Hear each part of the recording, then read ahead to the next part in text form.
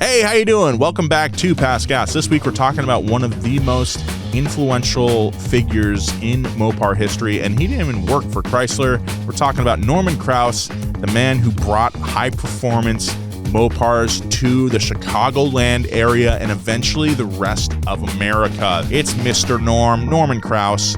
Went from pumping gas at his dad's gas station to building some of the baddest Mopars of the muscle car era. This is a really fun one. Let's get into it. When the Kraus brothers ordered 15 426 Ram Chargers and 50 of them showed up during a bad snowstorm in Chicago, they didn't panic and send them back. They just rolled with it and got to selling. Norman Kraus didn't just sell cars, he sold speed, performance, and muscle car culture at a time when not many other dealers were doing it. Mr. Norm was all in on performance before it was cool, and his bold choice to start instead of following trends led him to incredible success, as well as a place in history, which will forever be associated with Mopar and funny cars. From sponsoring drag racers to cooking up factory supercharged monsters, Norm helped turn public opinion on performance cars from being perceived as a fad into a movement that's still evolving today. So, how did a gas station attendant become the godfather of go-fast culture? What Mopar cars was he famous for selling? And what was his lasting legacy? Today on Past Gas, we're talking about Norman Kraus, the man, the myth, the Mopar king.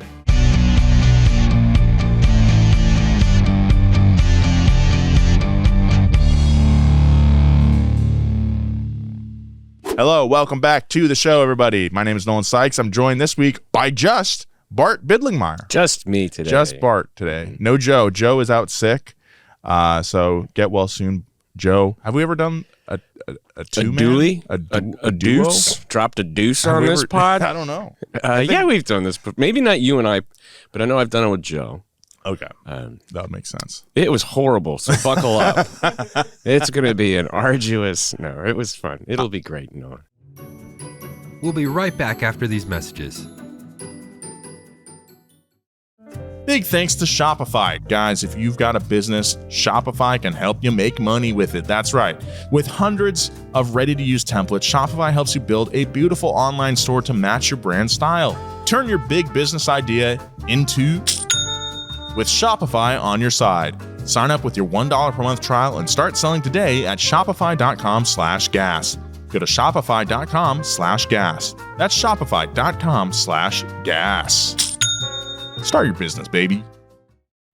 Big thank you to Underdog Fantasy for sponsoring this episode. Do you love fantasy sports? Well, you're going to want to get Underdog. Download the app today, sign up with promo code GAS to score $100 in bonus funds or entries when you play your first $5. That's promo code GAS, G-A-S. Underdog, make picks, win money. Must be 18 or older, 19 or older in Alabama and Nebraska, 19 plus in Colorado for some games, 21 in Arizona, Massachusetts, and Virginia, and present in a state where Underdog Fantasy operates. Terms apply. See assets.underdogfantasy.com/web/play-and-get-terms_DFS_HTML for details. Offer not valid in Maryland, Michigan, New Jersey, New York, Ohio, and Pennsylvania. Concerned with your play? Call 1-800-GAMBLER or visit www.ncpgambling.org. In New York, call the 24/7 HOPE line at 1-878-HOPE-NY or text HOPE-NY 467-369. Now back to the show. I'm pretty stoked. Talking Mopars today. Big fan of Mopars. Yeah. As you probably know if you listen to the show. Chicago, too. Yeah. That's going to be fun, huh? Yeah. Bart, It's gonna be you good. lived in Chicago for a short while. I think this is, you know how you get the little badge of where you got your car on your car or the license plate? Yeah.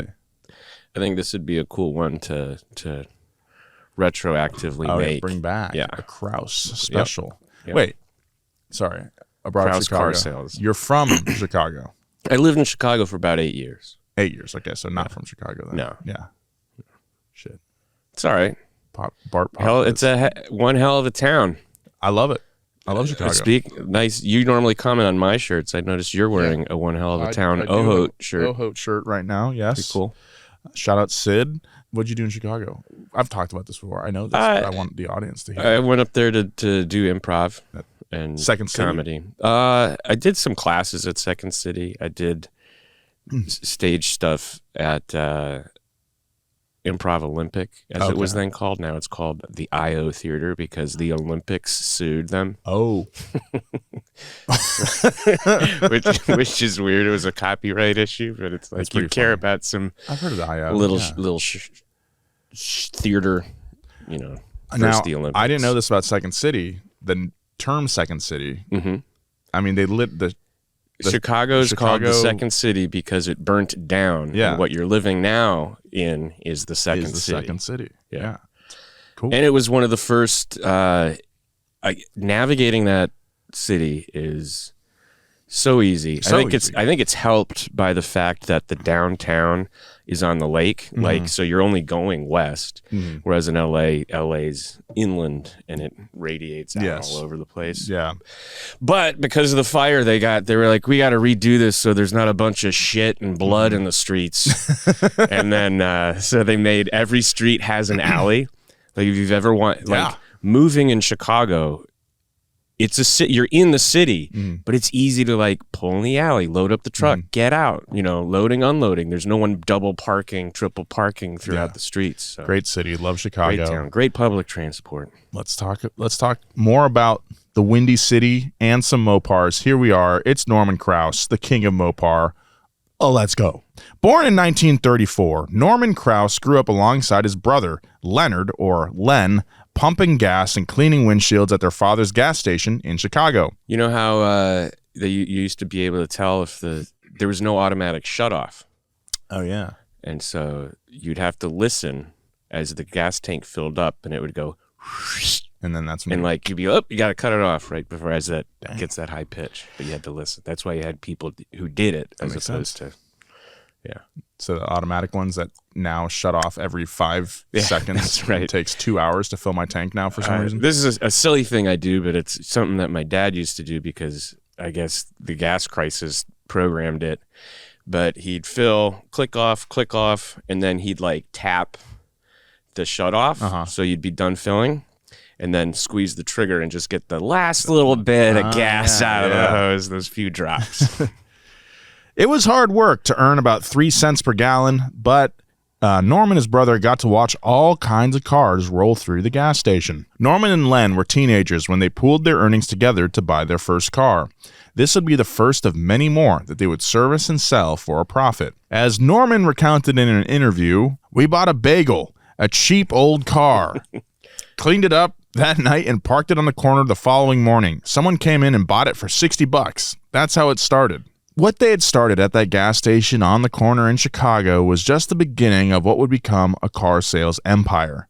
That first Bagel had earned them $60, which in 1949 was the equivalent to about 1 week's median U.S. family pay. That $60 was a lot of dough from a single car sold in less than a day with not that much work, and Norman knew there was more they could do. While they continued to sell gas, it quickly became clear that what would really fuel profit margins was flipping used cars. Norman and Len continued to buy, repair, and flip used cars, building up enough cash by 1951 to purchase the service station adjacent to the gas station lot. The two brothers worked to convert that service station into a combined used car lot and repair shop. This expanded their footprint in Chicago during a time of change in the city. The 1940s and 50s were shaped by a generation which had felt the effects of the Great Depression, closely followed by World War II. The economic downturn of the Great Depression hit Chicago hard, but the recovery brought on by World War II meant a population shift towards areas where work was available. Chicago's population reached almost 3.5 million people in the 1940s and grew another 300,000 or so by the following decade. That meant that the Windy City was a great place to be if you were an entrepreneur. Norman began taking full advantage of the new prevalence of jobs and therefore cash flow in the city. The brothers continued to resell used cars and business was humming along, but they were looking for a rumble. Enter the convertible that ushered in a high-performance movement. Any guesses as to what that would be, Bart? The Chevy Vega. We all know what it is. You guys know. Everybody loves it. Chevy Vega. A few years into their sales hustle, the brothers found a 1956 V8 4-speed Chevy convertible that really opened their eyes to a new market. Ever the entrepreneur, Norman had an idea. Knowing it was more of a high-performance vehicle than their typical sale, he advertised the Chevy in a newspaper ad. In an era where newspaper ads were charged by the word, the simple phrase, "Call Mr. Norm," stood out. And it worked. After receiving many phone calls overnight, the Chevy drew multiple offers from eager young buyers. Mr. Norm recounted the reaction in an interview, saying, quote, "I must have had 25 calls. By 10 a.m., I had already delivered it. By 11, my brother, who was out buying cars, called me, and I said, do not buy a regular car again. Buy all 4 speeds. We got an education in performance from our customers." So they decided to do just that, focus exclusively on high-performance vehicles. It was a pretty risky bet to take in a time when fitting into the commercially standard car mold was the thing to do. But the newly dubbed Mr. Norm agreed, and the brothers chose performance over run-of-the-mill. Despite grave predictions from other car salesmen, the public responded to the shift positively. While the doubters predicted failure, "Call Mr. Norm" became a signature line, and the dealership built a reputation as the go-to for V8 performance. As sales boomed, the brothers purchased a lot directly across from their gas pumps to expand operations.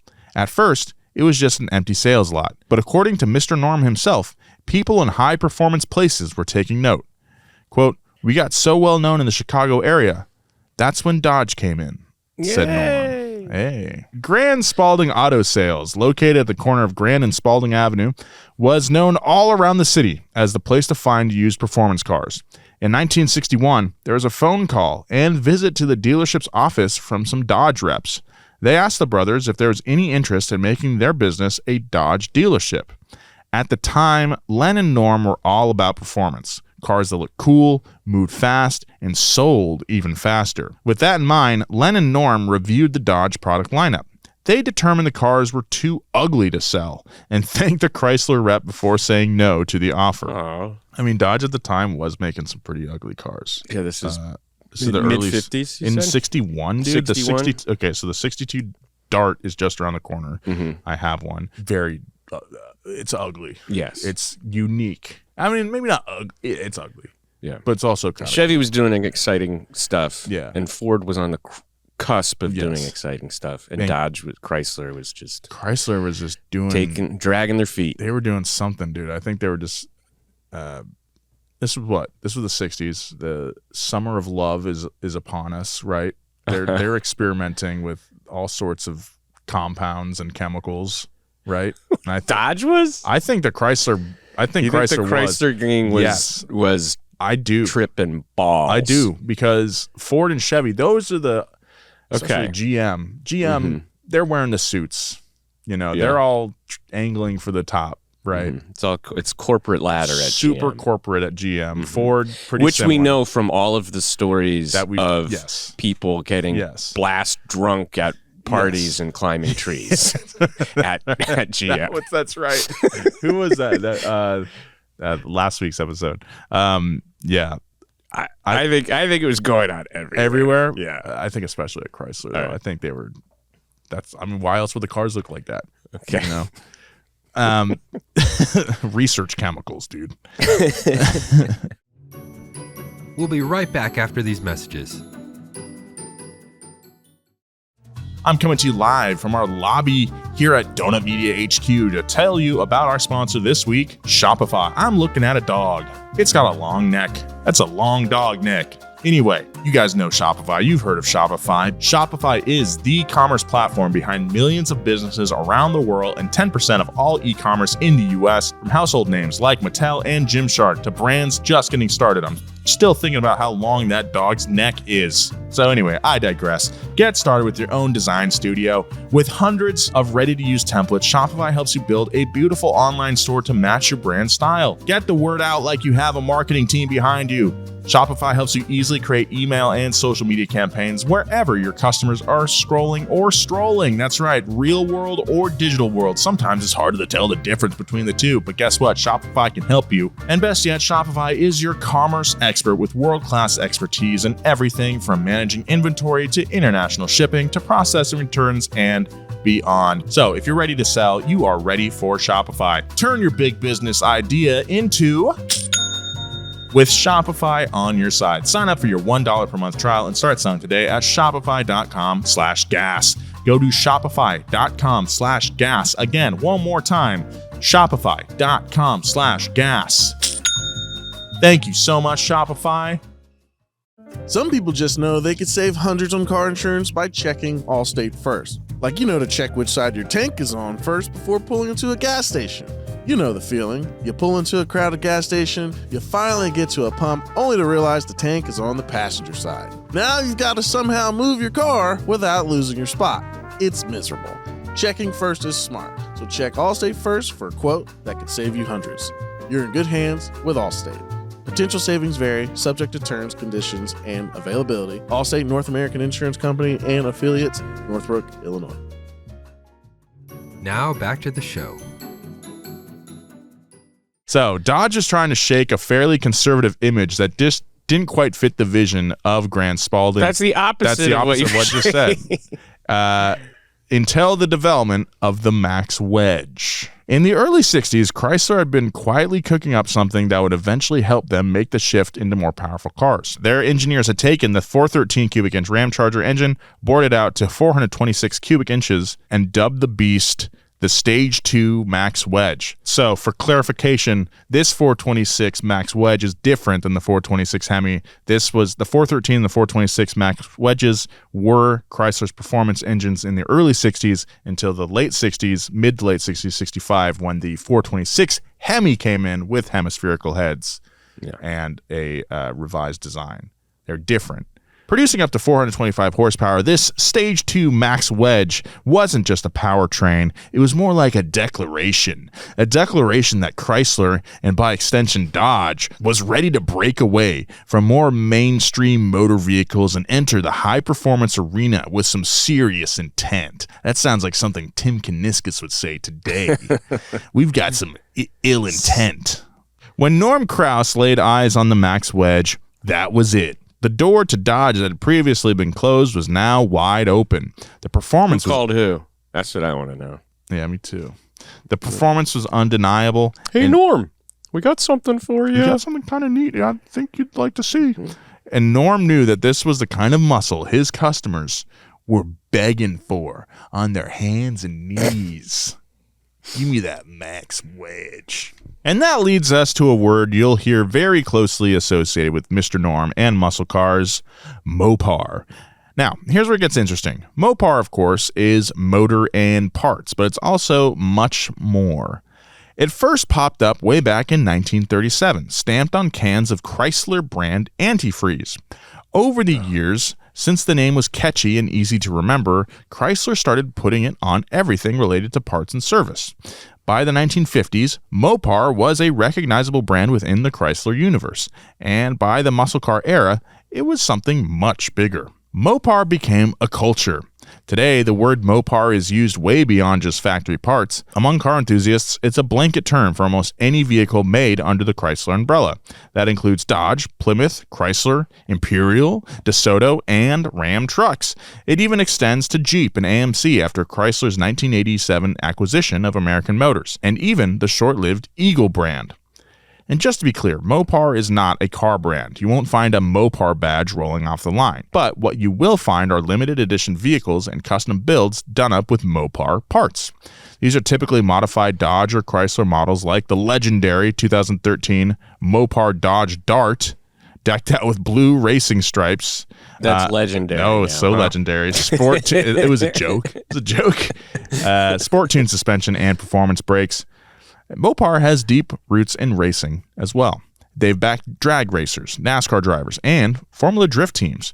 Wasn't it also a way for when everybody's like, oh, we're getting out of racing?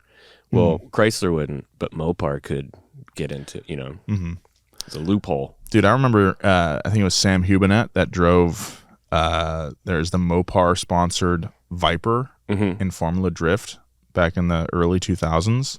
That thing was cool. I think he also drove a Charger in competition too, like the first gen, or not first gen, but the new refresh when they came back with the Charger. I think Sam in FD. I think so. Pull that up. Yeah, dude. Sam Hubinet Charger. Let's see here.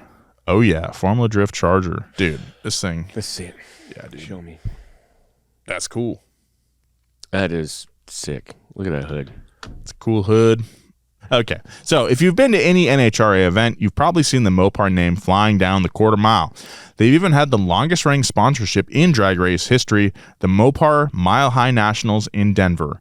Unfortunately, I think Bandimere Speedway is closed now. Ooh. Yeah, I think they're building another track out there, though. Someone is. Mopar started as antifreeze, but today it's everything from factory parts to full-blown race sponsorships, exclusive custom cars, and a badge of pride for generations of gearheads.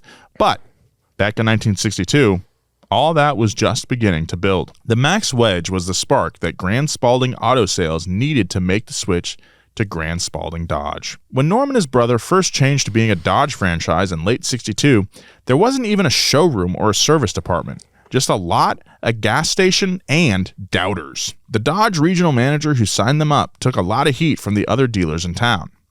Despite the doubt, the switch gained momentum fast. The brothers projected they would sell about 25 cars a month, and at least 15 would be the new 426 Ram Chargers. They ordered from the Dodge rep, who suggested they order 50 now so they could be built at the factory and be delivered as needed to resupply. That seemed logical enough, but as soon as a blizzard arrived 30 days later, so did all 50 426 Ram Chargers, all of them at the same time. The brothers were not happy about accepting all 50 cars at the same time, but they had no choice but to get them onto and then hopefully right back off of their lot. Of course, with the freezing weather, none of them would start, so they had to install 50 sets of plugs that night in the snow. They finally got all the cars unloaded and into their makeshift tent, but the problem wasn't solved. Now they had to sell all these cars fast. Yeah. I mean, these are like basically racing engines. Right. And it is a cool car. It's like a villain's car. You know what I mean? Yeah.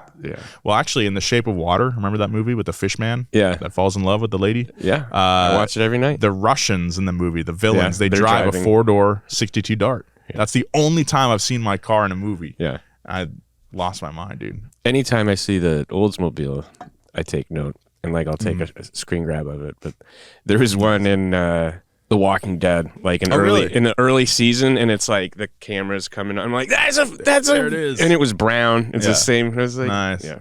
I think in West Side Story, the new one with that Steven Spielberg directed, in the background, there's like a rusting, broken 52 Imperial in the background, and I was like, there it is. Yeah.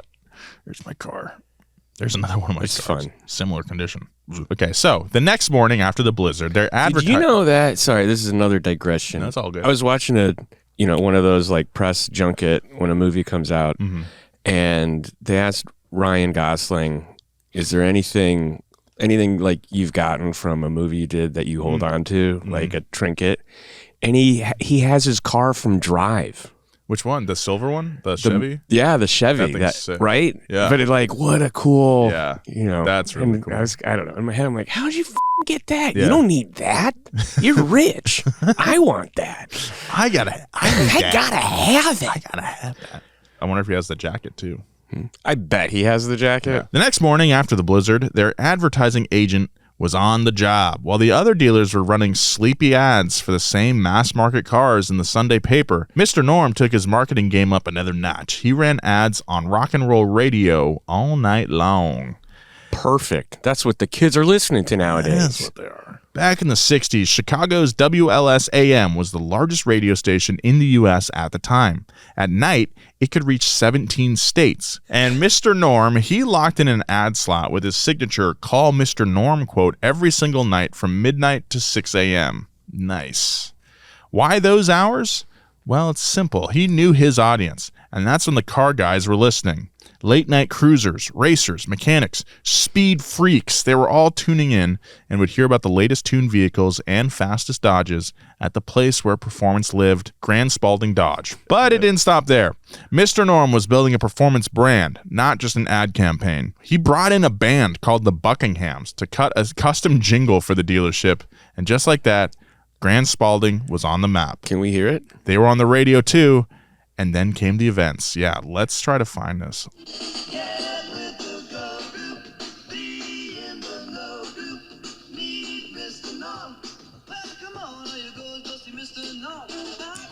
I listened to this. Pretty good. 1965? 60. What is it? That's cool. That's pretty good. That's fun. We'll be right back after these messages. Big thank you to our sponsor this week. It's Underdog Fantasy, guys. Football season is in full swing, and Underdog is the best place to get in on all the action. Playing on Underdog is easy. Just pick whether your favorite players will go higher or lower on stats like rushing yards, receptions, touchdowns, and more. You get those picks right, and you can win up to 5,000 times your cash. That's a lot. Download the app today, sign up with promo code GAS to score $100 in bonus funds or entries when you play your first $5. That's promo code GAS, G-A-S. Underdog. Make picks, win money. Must be 18 or older, 19 or older in Alabama and Nebraska, 19 plus in Colorado for some games, 21 in Arizona, Massachusetts, and Virginia, and present in a state where Underdog Fantasy operates. Terms apply. See assets.underdogfantasy.com/web/play-and-get-terms_DFS_HTML for details. Offer not valid in Maryland, Michigan, New Jersey, New York, Ohio, and Pennsylvania. Concerned with your play? Call 1-800-GAMBLER or visit www.ncpgambling.org. In New York, call the 24/7 HOPE line at 1-878-HOPE-NY or text HOPE-NY 467-369. Now back to the show. Grand Spalding wasn't like other dealerships. Norm Kraus Shit, they had a rock band. Norm Kraus knew his customers didn't care so much about the showroom and the coffee and the conversation as they cared about the car's performance. So he was set on building a finely tuned performance powerhouse.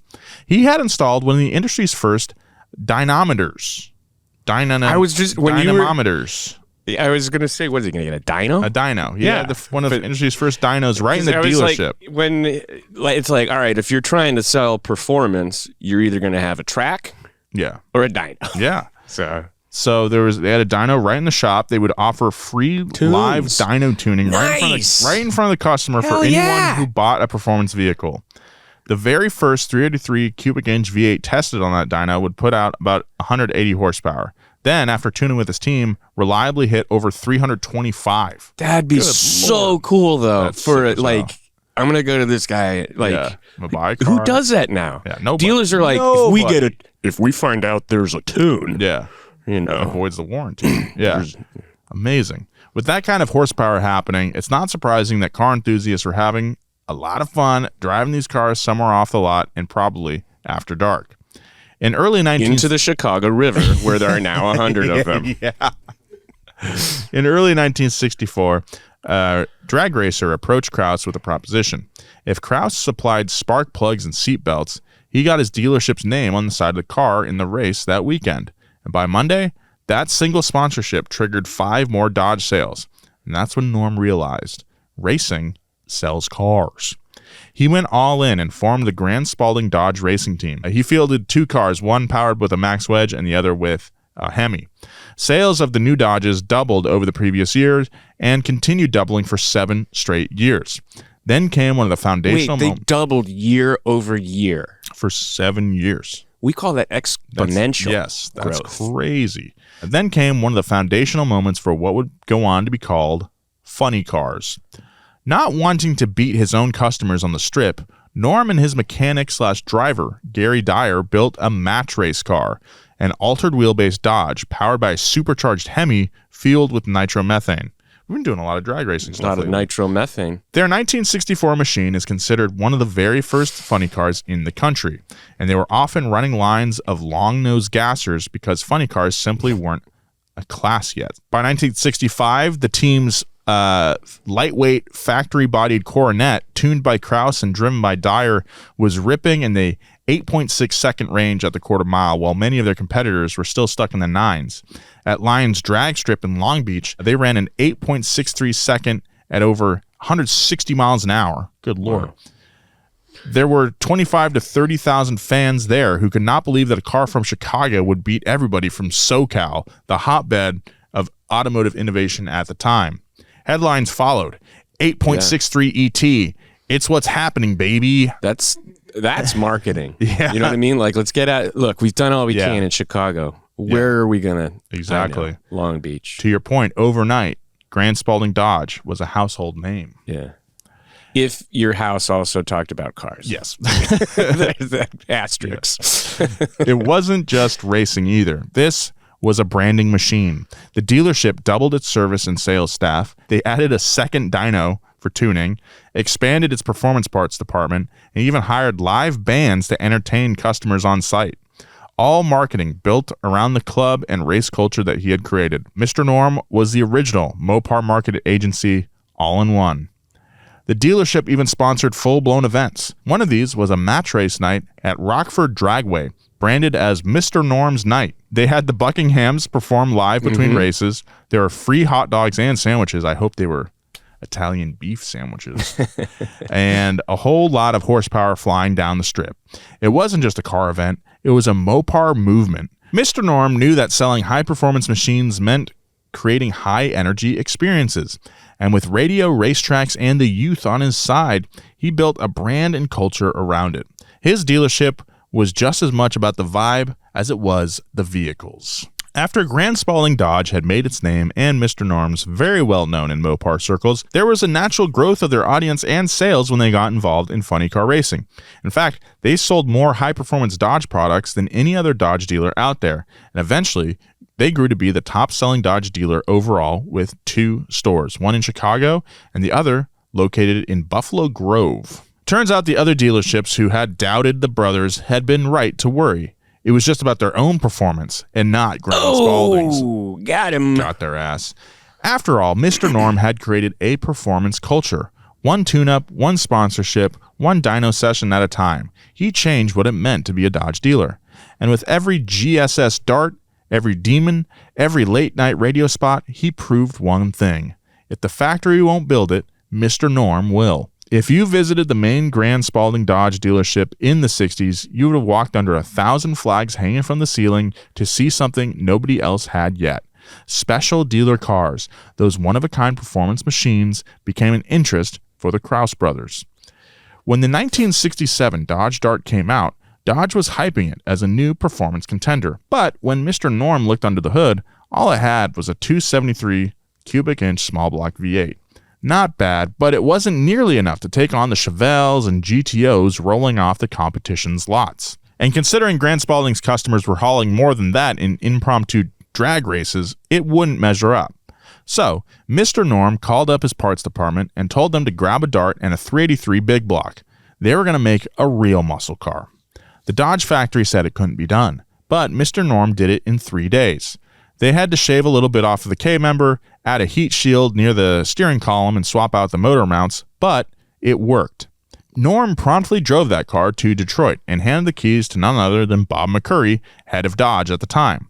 Credited with inventing the concept of cash rebates while he was an executive at Chrysler, McCurry was on the lookout for what was new and different, and the car Norm drove up to show him was definitely that. McCurry took it for a spin and immediately called in his engineers, telling them to take a look at what these kids from Chicago had done. That car became the GSS Dart, Grand Spalding Special, and Dodge agreed to build them, if Norm could order 50 at a time. And he did. Yep. The next year, they stuffed in a 440 big block. Then came the 6-pack 340 Demon in 71, and by 72, supercharged Demons were leaving the lot, ready to run low 13s at the strip. That's so funny. They have like crazy power, but because the tires were so bad back then, 13s is all I could imagine. And they're so heavy. Yeah. Well, Demons are pretty small cars. That's a compact car by Dodge standard. By Dodge standard, but not by today's true. standard. I just mean cars in general are heavy in the 60s. Yeah. And here's the catch, Bart. Yep. The GSS, the Grand Spalding Specials, they weren't advertised. Mr. Norm didn't throw money into big marketing campaigns. Instead, it became this underground performance upgrade, something only the real gearheads knew about. If you were in the know, you went to Chicago, brought your Demon to Mr. Norm, and came back with the GSS Rocket. Then came 1972, and with it, trouble for performance fans. Emission rules were tightening, and Dodge was forced to drop the Demon 340's compression ratio from 10.5 to 1 to 8.5 to 1. Horsepower fell to just 240 horsepower, and Mopar fans were bummed. But Mr. Norm saw an opportunity. The lower compression made the engine perfect for forced induction. Supercharge it. Yeah. So what did he do? He slapped on a Paxton belt-driven central fuel supercharger, upgraded the fuel system, and created an absolute monster pushing 360 horsepower. The result was a street-legal demon that looked bone stock but could rip the quarter mile in the low 13s. No factory muscle car in 1972 could touch that. Not even close. And even with all that, it was only $3,595 back then. That's about $28,000 in today's money. And because it was still technically a Demon 340, the insurance companies didn't bat an eye. It was the perfect stealth muscle car. Fast, affordable, and underestimated by almost everyone. But like many great things, it stayed under the radar. Fewer than 200 GSS Demons were ever built in 1971 and 1972 combined. Today, they're holy grails. One 1972 supercharged GSS crossed the block at Mecum Indy in 2022 and sold for $165,000. Nice. Very undercover. 165 grand for that though? That's the Mecum one, huh? I mean, it's cool. What's it look like under the hood? I didn't know. It has that. Yeah, let me take a look. Pretty cool scoop.